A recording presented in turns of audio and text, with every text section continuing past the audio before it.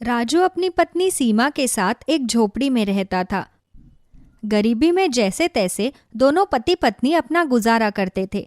ऐसे ही एक रात दोनों खाना खा रहे थे, तभी सीमा राजू से बोलती है, सुनिए जी, हमारे पास गाय खरीदने के लिए लगभग 10,000 रुपए इकट्ठा हो गए हैं।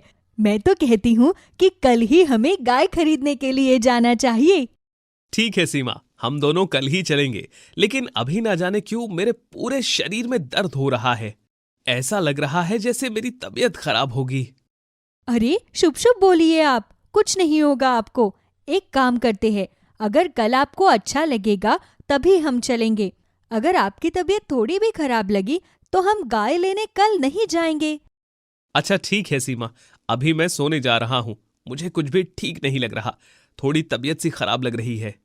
ऐसे ही अगले दिन राजू की तबीयत खराब हो जाती है। सीमा उन्हीं पैसों में से राजू को दवाई के लिए पैसे देती है और कहती है, अरे सुनिए, ये लीजिए पैसे और इन्हीं पैसों से आप अपने लिए दवाई ले लीजिए।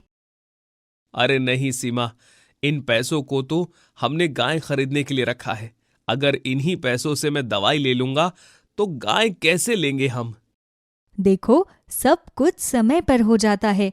अभी जो चीज हमारे सामने है, पहले हमें वो देखना चाहिए। अच्छा ठीक है, जैसा तुम्हें ठीक लगे।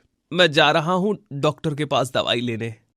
ऐसे ही राजू डॉक्टर के पास दवाई लेने जाता है। देखते ही देखते कुछ हफ्ते निकल जाते हैं, लेकिन राजू की तबीयत में कोई सुधार नहीं था। धीरे धीरे सारे पैसे राजू की तबीयत में ही लग जाते हैं।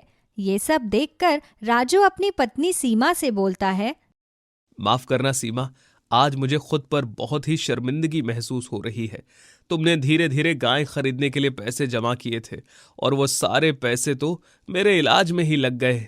कोई बात नहीं, शायद भगवान को यही मंजूर था, और वैसे भी वक्त आने पर सब कुछ हो जाएगा। आपके और मेरे सोचने पर कुछ नहीं होता। कभी कभी तो ये लगता है कि शायद गाय खरीदने के लिए अभी ये सही वक्त नहीं है। हाँ, ये तो तुम बिल्कुल सही कह रही हो। समय पर सब कुछ हो जाता है। धीरे धीरे राजू की तबीयत ठीक होने लगती है। अब राजू फिर से मजदूरी का काम करके पैसा जमा करना शुरू कर देता है। दोनों पति पत्नी मिलकर गाय खरीदने के लिए पैसा जमा कर लेते हैं। सुनिए, अब हम कल ही जाएंगे गाय खरीदने के लिए, क्योंकि महंगाई को देखते हुए हमें अपने जीवन यापन के लिए कुछ और सोचना पड़ेगा। आज के जमाने में मजदूरी करके कुछ भी नहीं होगा। तुम बिल्कुल सही कह रही हो सीमा। चलो कल सुबह तैयार हो जाना, कल हमें अपने घर एक लक्ष्मी लेकर आनी है। ऐसे ही कुछ दिनों बाद दोनों पति पत्नी साथ में गाय खरीदने के लिए एक व्यापारी के पास जाते हैं। भाई साहब, ये गाय आपने कितने की दी है? अरे ये गाय पूरे 25,000 की है। बहुत ही स्वस्थ गाय है। इसका दूध बड़ा ही लाजवाब है। अरे रोज कम से कम 5 लीटर दूध देती है, और तो और रोज बढ़िया गोबर देती है। दूध बेचने के साथ साथ बढ़िया बढ़िया उपले बना सकते हो तुम। मेरी गौशाला की ये सबसे बढ़िया गाय है। वो सब तो ठीक है भाई साहब, लेकिन 25,000 कुछ ज्यादा नहीं है? अगर लेने देने की बात करें तो आप मुझे ये गाय 10,000 में दे सकते हैं क्या? अरे तेरा दिमाग तो ठीक है ना? गाय लेने आया है या फिर कुत्ता? अरे इस गाय की कीमत बहुत ज्यादा है। दूर दूर से लोग ऐसी ही गाय लेने आते हैं। आपके पास कम दाम में कोई गाय है क्या? मुझे लगता है कि तुम्हारे पास पैसे ही नहीं है। तुम बिना बात के यहाँ आकर मेरा समय बर्बाद कर रहे हो। वो व्यापारी गुस्सा हो जाता है। राजू और सीमा दोनों किसी दूसरे व्यापारी के पास जाते हैं। भाई साहब, ये सफेद वाली गाय आपने कितने की दी? अरे भाई साहब, इस गाय का दाम 20,000 रुपए है। ये गाय बहुत ही बढ़िया दूध देती है और इसका दूध पीकर हर रोगी निरोग हो जाता है। साथ ही साथ गाय बहुत ही स्वस्थ है, कोई बीमारी नहीं है इसके अंदर। भाई साहब, दाम थोड़ा ऊपर नीचे हो सकता है क्या? अरे भाई साहब, तुम गाय लेने आए हो, यहां दाम ऊपर नीचे नहीं होते। लेना हो तो पैसे दो और गाय ले जाओ। गाय के इतने ऊंचे ऊंचे दाम सुनकर सीमा और राजू के कान खड़े हो जाते हैं। वो दोनों एक पेड़ के पास आकर आपस में बातचीत करने लगते हैं। गाय तो बहुत ही ज्यादा महंगी है। मुझे तो कुछ भी समझ में नहीं आ रहा कि आखिर हम क्या करें। वही तो बात है ना सीमा, महंगाई इतनी ज्यादा बढ़ रही है, कोई भी यहाँ पर 1,000 रुपए भी गाय के ऊपर कम करने के लिए तैयार ही नहीं है। अच्छा सुनो, मैं क्या सोच रही थी कि क्यों ना मैं अपने सोने के झुमके गिरवी रखकर कुछ पैसे ले आऊं और उन्हीं पैसों से हम 25,000 वाली गाय खरीद ले। जैसे जैसे हमारे पास पैसे आएंगे वैसे वैसे मैं अपने झुमके वापस ले आऊंगी। नहीं नहीं सीमा, खबरदार, जो तुमने अपने झुमके गिरवी रखने का सोचा भी तो अब जो होगा वो देखा जाएगा। लगता है कि आज भी गाय खरीदने का सही समय नहीं है। दोनों पति पत्नी वहां से अपने घर की ओर आ रहे थे। तभी रास्ते में उन्हें एक आदमी मिलता है। उस आदमी के साथ एक गाय थी जिसके 5 पैर थे। वो गाय दिखने में थोड़ी सी अजीब थी। वो आदमी उन दोनों से कहता है, भाई साहब, सुना है आपको गाय खरीदनी है? हाँ भाई साहब, मुझे एक गाय खरीदनी है। देखिए, मेरे पास एक गाय है। यह गाय बहुत अच्छा दूध देती है, लेकिन बस एक कमी है कि उस गाय के 5 पैर हैं, जिनमें से 3 पैर उसके अपाहिज है। क्या वो गाय अपाहिज है? रहने दीजिए, मुझे 5 पैर वाली गाय नहीं चाहिए। भले ही वो गाय 3 पैर से अपाहिज है और उसके 5 पैर है, लेकिन दूध तो अच्छा देती है ना। भाई साहब, आप बताइए कितना दाम लेंगे आप उस गाय का? बहन जी, ज्यादा नहीं, बस 2,000 आप दे दीजिए। कोई बात नहीं भाई साहब, आप 2,000 रुपए ले लीजिए और हमें ये गाय दे दीजिए। भले ही इस गाय में कमी हो, लेकिन दूध तो अच्छा देती है ना। सीमा 2,000 रुपए देकर वो 5 पैर वाली गाय खरीद लेती है। राजू और सीमा दोनों वो गाय लेकर अपने घर की ओर आ रहे थे। तभी रास्ते में उन्हें एक औरत मिलती है और वो औरत राजू और सीमा से बोलती है, हे भगवान, अरे कौन सी गाय खरीद कर ले आए तुम दोनों? अरे इस गाय को तो कोई भी खरीदना ही नहीं चाहता था। ठग लिया उस आदमी ने तुम दोनों को। कोई बात नहीं बहन जी, अब जो है वो यही है हमारे लिए। अरे अभी भी वक्त है, जहां से लाए हो वहीं ले जाकर इस गाय को वापस कर दो। किसी काम की नहीं है ये गाय। अरे एक तो ये गाय दिखने में ही इतनी अजीब सी है, इसका दूध पीने के लिए कोई भी तैयार नहीं होगा। बहन जी, आपका बहुत बहुत शुक्रिया, लेकिन अब हम इसी गाय को अपने घर में रखेंगे और अब से ये गाय हमारे लिए लक्ष्मी है, लक्ष्मी। तो आइंदा आप दोबारा कभी इसके बारे में कुछ भी उल्टा सीधा मत बोलिएगा। लोगों की बातें सुनकर राजू और सीमा दोनों को गुस्सा आ जाता है, लेकिन वो दोनों फिर भी उस 5 पैर वाली गाय को लेकर अपने घर आ जाते हैं। घर आने के बाद वो गाय बहुत सारा गोबर कर देती है और उसके गोबर से बहुत ही गंदी बदबू आ रही होती है। सीमा और राजू दोनों किसी तरह से वो गोबर साफ करते हैं। उन दोनों को आसपास के लोग देखकर बहुत ही जोर जोर से हंस रहे थे। अरे वाह, क्या दिन आ गए हैं राजू और सीमा के। अरे इस अपाहिज 5 पैर वाले गाय का गोबर उठा रहे हैं। इस गाय के गोबर की बदबू से तो जीता जागता इंसान मर जाए। ना जाने ये दोनों कैसे इसकी गंदगी साफ कर रहे हैं। अरे दोनों पति पत्नी गरीब है ना। अरे 20 से 25,000 की महंगी गाय नहीं खरीद सकते ये दोनों, तभी तो इन्हें ये अजीब सी 5 पैर वाली गाय मिली है। कहते हैं ना, जितना चीनी डालोगे उतनी ही मीठी खीर मिलेगी तुम्हें। ऐसे ही रात को दोनों पति पत्नी खाना खा रहे थे। तभी अचानक से उनकी 5 पैर वाली गाय जोर जोर से चिल्लाने लगती है। सीमा भागते हुए गाय के पास आती है। क्या हो गया है तुम्हें? तुम क्यों इतना चिल्ला रही हो? इतना बोलकर सीमा उस गाय के पीठ पर हाथ रखकर सहलाने लगती है। क्या हो गया है तुम्हें? भूख लग रही है क्या? कोई बात नहीं, जिसको तुम्हारा मजाक बनाना है बनाने दो, लेकिन हमें उससे जरा भी फर्क नहीं पड़ता। अब तुम हमारे घर की लक्ष्मी हो, हम दोनों हमेशा तुम्हारी सेवा करेंगी। तभी वहां राजू आ जाता है। राजू भी बड़े प्यार से अपनी गाय के पीठ पर हाथ रखकर सहलाने लगता है। थोड़ी ही देर बाद वो 5 पैर वाली गाय गोबर देने लगती है और वो गोबर सोने का था। सोने का गोबर देखकर राजू और सीमा हैरान हो जाते हैं। अरे सीमा, ये क्या? ये तो किसी चमत्कार से कम नहीं है। ये गाय सोने का गोबर दे रही है। कहीं ऐसा तो नहीं है कि ये गाय कोई चमत्कारी गाय हो? वही तो, मुझे भी समझ में नहीं आ रहा कि आखिरकार ये सब क्या है। इस गाय को लोग खरीदने से कतरा रहे थे और ये गाय तो सोने का गोबर दे रही है। दोनों पति पत्नी बहुत ही ज्यादा परेशान हो जाते हैं। तभी वो गाय राजू और सीमा से बोलती है, तुम दोनों घबराओ नहीं, मैं एक जादुई 5 पैर वाली गाय हूँ। मेरी कमी को देखकर कोई भी मुझे खरीदने के लिए तैयार नहीं था, और जिसने मुझे गलती से खरीद भी लिया तो वो मुझे वापस भगा देते थे।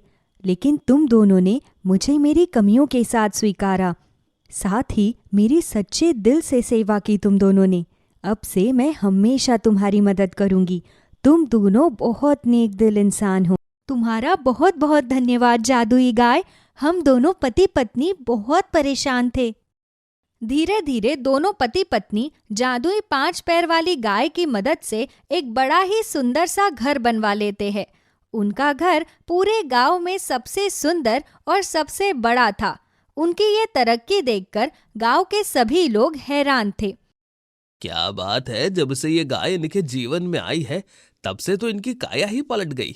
अरे जिस गाय को लोग खरीदने से कतराते थे, उस गाय के आने के बाद राजू और सीमा ने तो अपने लिए महल बनवा लिया, महल। सच में ये गाय बहुत ही भाग्यशाली है उनके लिए।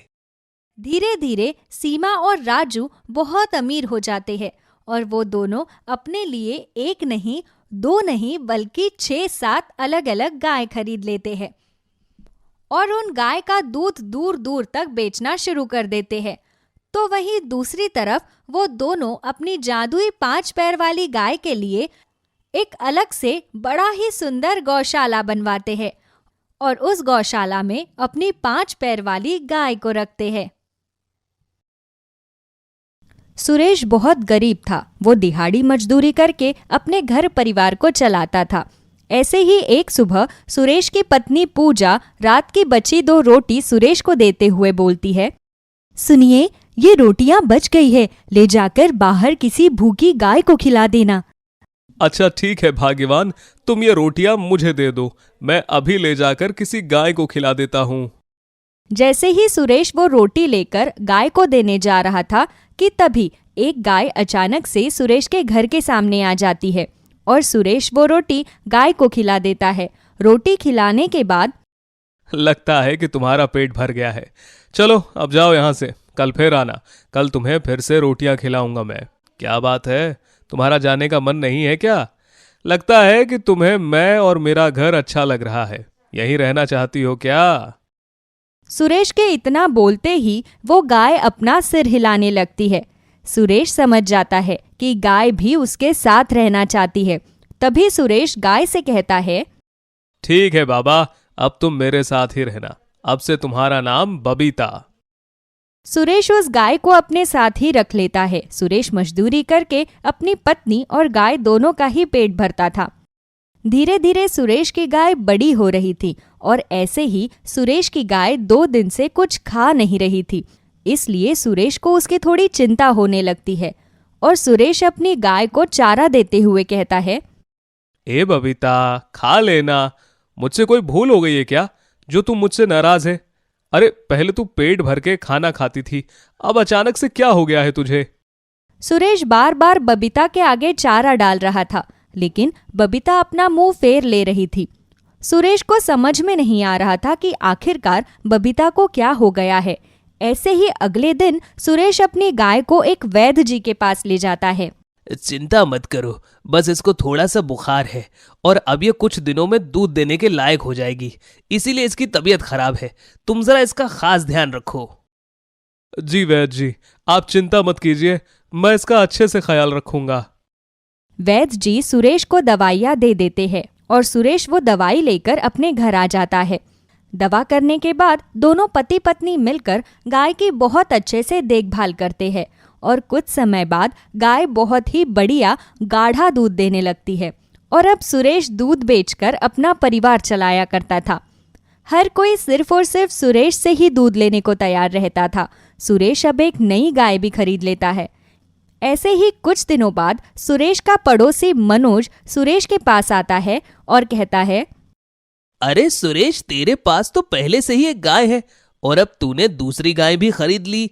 तो अगर तू चाहे तो अपनी गाय मुझे 5,000 में बेच सकता है। इससे तेरा भी भला हो जाएगा और मेरा भी काम बन जाएगा। अरे नहीं नहीं मनोज भाई, दरअसल बात यह है कि अब मैंने दिहाड़ी मजदूरी का काम छोड़ दिया है। इसीलिए मैं अपना दूध बेचने का रोजगार ही आगे बढ़ाना चाहता हूँ। तो आप मुझे माफी करिएगा। अगर आपको गाय खरीदनी है तो आप मेरे साथ चलिए, मैं आपको एक नई गाय दिलवा देता हूँ। अरे नहीं नहीं, मुझे तेरी यही गाय चाहिए। जब से ये गाय तेरे जीवन में आई है तब से तेरी तो किस्मत ही बदल गई है भाई। अब तो दिन दुगनी रात चौगनी तरक्की करता है तू। इसीलिए मुझे तेरी ये गाय चाहिए। अरे भैया, हाथ जुड़वा लीजिए, लेकिन मैं आपको चाह कर भी अपनी वो गाय नहीं दे सकता। उस गाय के बदौलत ही आज मैं यहां तक पहुंच पाया हूं। अरे मैं तुझे मुंह मांगी कीमत देने के लिए तैयार हूं। पैसे की चिंता मत कर। तू जितना मांगेगा मैं तुझे उतना दूंगा। बता, कितना पैसा चाहिए तुझे? क्या मनोज भाई, आपको बार बार मैं एक ही चीज के लिए मना कर रूं, वो अच्छा नहीं लगता। अगर आपको गाय खरीदनी है तो आप मेरे साथ चलिए, मैं आपको नई गाय दिलवा कर ले आता हूं। मनोज को गुस्सा आता है। मनोज अब अपनी बेइज्जती का बदला सुरेश से लेना चाहता था। ऐसे ही रात को पूरा गांव गहरी नींद में सो रहा था। मनोज मौका देखकर सुरेश की गाय को खूंटे से छुड़ाकर उसे किसी दूसरे गांव में छोड़ आता है। अगली सुबह जब सुरेश की आंख खुलती है तो वो देखता है कि उसकी गाय बबीता खूंटे में है ही नहीं। अपनी गाय को न देखकर सुरेश का रो रो कर बुरा हाल हो जाता है। हे भगवान, आखिर मेरी खुशियों को किसकी नजर लग गई? अरे कहाँ चली गई मेरी गाय? अपनी गाय के बिना तो मैं बहुत अधूरा हूं। उसके बिना तो मैं जी ही नहीं सकता। अरे उसके बदौलत ही मेरा घर परिवार चलता था। आखिर मेरी बबीता कहाँ चली गई? वापस आजा मेरी बबीता। आप परेशान मत होइए, यहीं कहीं होगी हमारी बबीता। शाम तक वो आ जाएगी। वैसे भी जिस तरह से हम अपनी बबीता के बिना नहीं रह सकते, वैसे ही बबीता भी हमारे बिना नहीं रह सकती। मुझे पूरा यकीन है, आज नहीं तो कल वो जरूर आ जाएगी। सुरेश बहुत ही ज्यादा रो रहा था। ऐसे ही कुछ दिन बीत जाते हैं, लेकिन सुरेश को उसकी बबीता कहीं नहीं मिलती। ऐसे ही एक रात सुरेश और उसकी पत्नी दोनों उदास होकर अपने घर में बैठे हुए थे। तभी उन्हें घर के बाहर एक गाय की बहुत ही ज्यादा जोर जोर से चिल्लाने की आवाज आ रही थी। सुरेश और पूजा दोनों घर के बाहर जाते हैं और वो दोनों देखते हैं कि बिना सींग वाली गाय उनके घर के बाहर खड़ी होकर चिल्ला रही है। गाय को देखकर सुरेश भागता हुआ गाय के पास जाता है और उसे गले लगा लेता है। मेरी बबीता वापस आ गई, मेरी बबीता वापस आ गई पूजा, देखो। नहीं नहीं, ये हमारी बबीता नहीं है। हमारी बबीता के तो सींग थे, ये तो बिना सींग वाली गाय है। ये किसी और की गाय है, ध्यान से देखो जरा। नहीं नहीं पूजा, भले ही इसके सींग ना हो, लेकिन ये मेरी बबीता ही है। जैसे एक माँ बाप अपने बच्चों को सीने से लगाकर पहचान जाते हैं, वैसे ही मैं अपनी बबीता को पहचान सकता हूँ। सुरेश फिर से अपनी बबीता को पाकर बहुत खुश था। सुरेश फिर से अपनी गाय की बहुत ही अच्छे से देखरेख करता था। एक दिन सुरेश अपनी गाय का दूध निकाल रहा था। तभी गाय के दूध से कुछ पीला पीला निकल रहा था। वो पीला पीला पदार्थ देखकर सुरेश हैरान हो जाता है और अपनी पत्नी को आवाज लगाता है। तभी वहां उसकी पत्नी आती है। पूजा, ये देखो, बबीता के दूध से पीला पीला क्या निकल रहा है? अरे अरे, ये तो सोना है, सोना। ये पीला पीला पदार्थ बाल्टी में जाकर ठोस बन जा रहा है और ये सोने का रूप ले रहा है। मुझे तो लगता है कि ये कोई चमत्कारी गाय है। हे भगवान, हम दोनों पति पत्नी बहुत नादान हैं। हमें माफ करना अगर हमसे जाने अनजाने में कोई भूल हो गई हो तो। हमें नहीं पता कि ये गाय हमारी है या किसी और की, लेकिन जिसकी भी है, तुम उसे ही ये गाय वापस कर दो। दोनों पति पत्नी बहुत भोले और मासूम थे। उनके इतना कहने के बाद वो बिना सींग वाली गाय बोलने लगती है। घबराओ नहीं, मैं तुम्हारी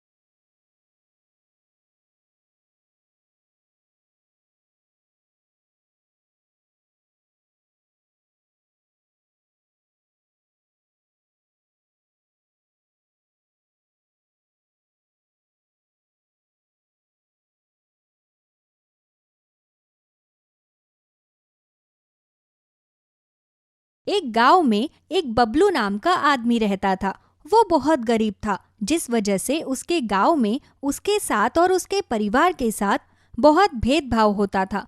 बबलू अपना गुजारा करने के लिए दिहाड़ी मजदूरी करता था।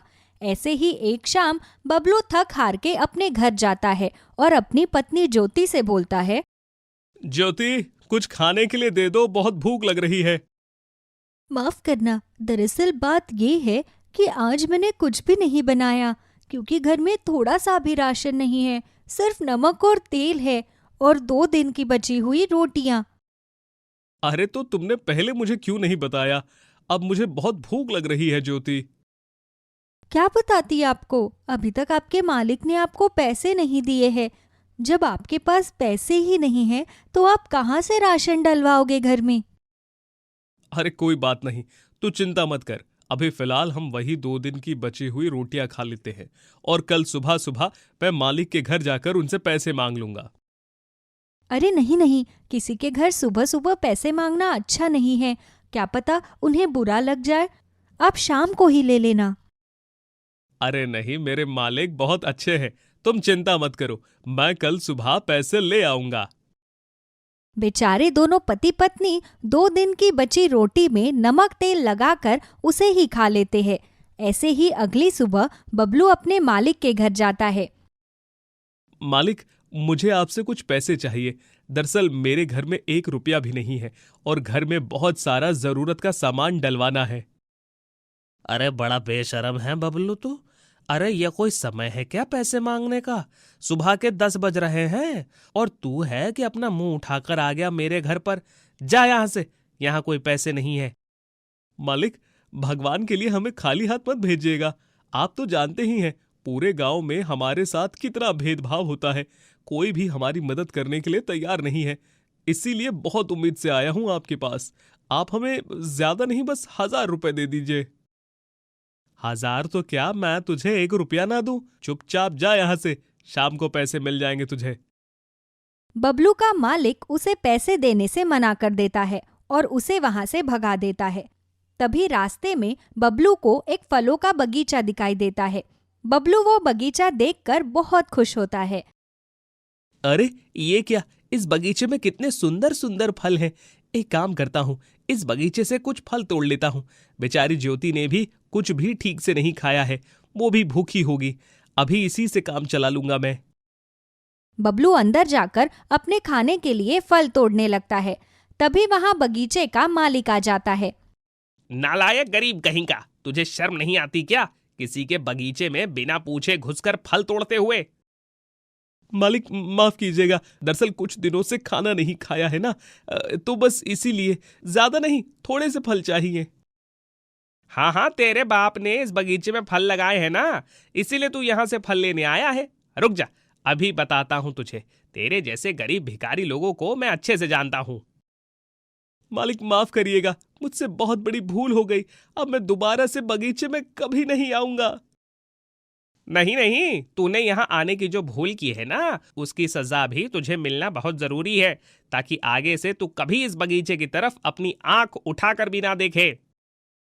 बगीचे का मालिक अपने नौकरों को बुलाकर बबलू की अच्छे से पिटाई करवा देता है। बेचारा बबलू जैसे तैसे अपनी जान बचाकर अपने घर आ जाता है। अरे क्या जरूरत थी किसी अनाज के बगीचे में जाने की? कितनी बुरी तरह से मारा है उन्होंने आपको। अरे ऐसे लोग इंसान नहीं होते, बल्कि पैसों का घमंड होता है इन लोगों के अंदर। अगर इंसान होते तो आपकी बात सुनकर समझ जाते कि आप वहाँ कोई चोरी करने नहीं, बल्कि किसी नेक इरादे से आए थे। कोई बात नहीं ज्योति, वैसे भी वो बगीचा उनका था और मैं उनके लिए अनजान था। अगर उन्होंने मुझे मार भी दिया तो अब क्या ही कर सकते हैं। गलती भी तो मेरी ही थी, मुझे नहीं जाना चाहिए था वहां पर।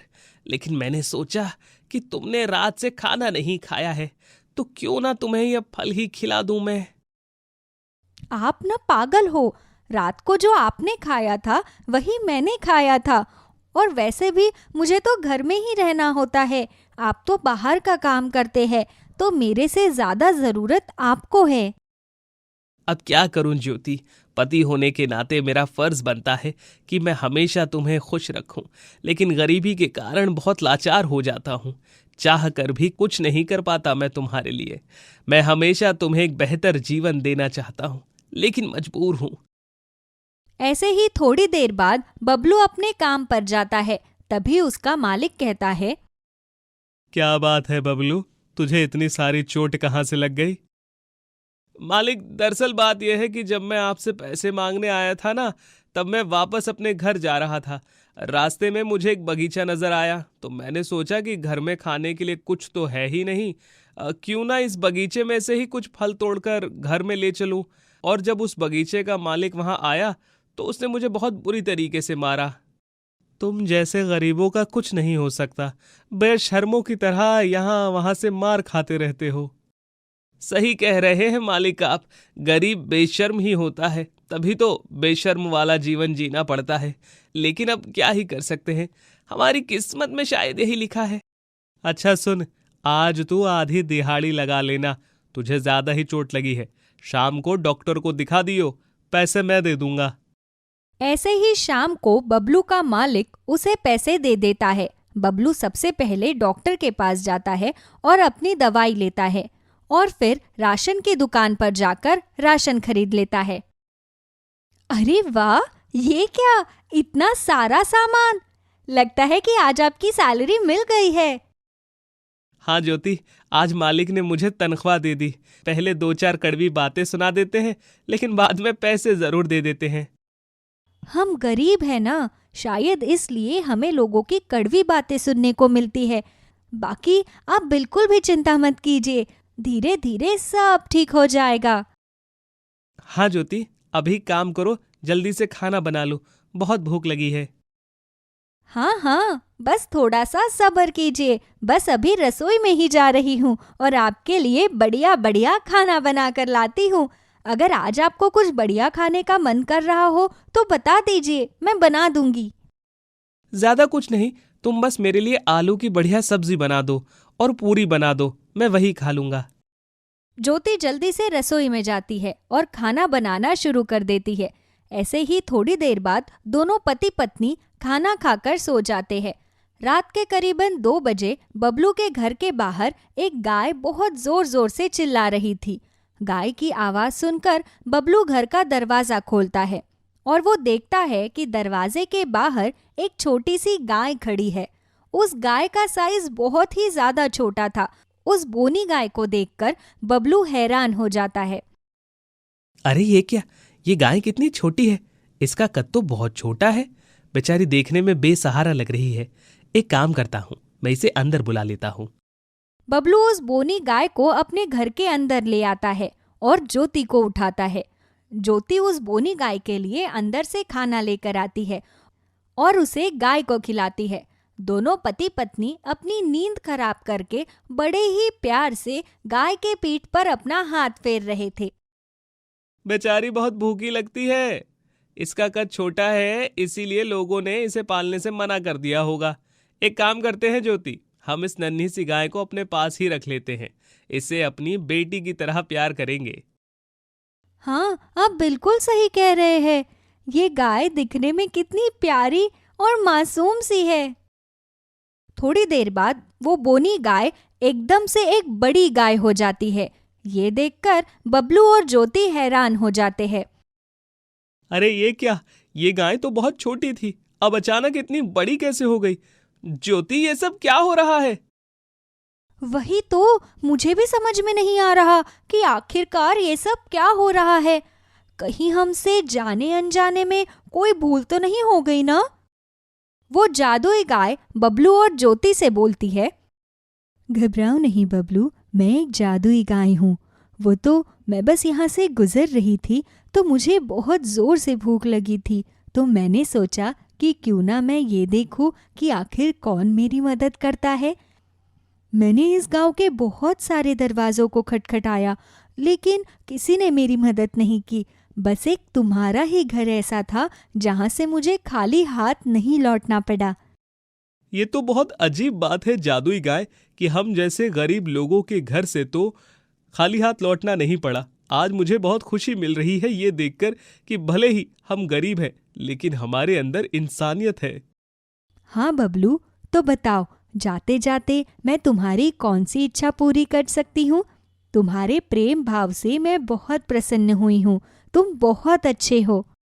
जादुई गाय, हमें ज्यादा कुछ नहीं चाहिए। दरअसल बात यह है कि इस गांव में हमारे साथ बहुत भेदभाव किया जाता है, क्योंकि हम बहुत गरीब हैं।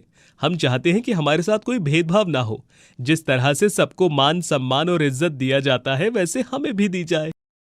जादुई गाय अपनी जादुई शक्तियों से बबलू और ज्योति की काया ही पलट देती है। जादुई गाय की मदद से बबलू और ज्योति बहुत अमीर हो जाते हैं।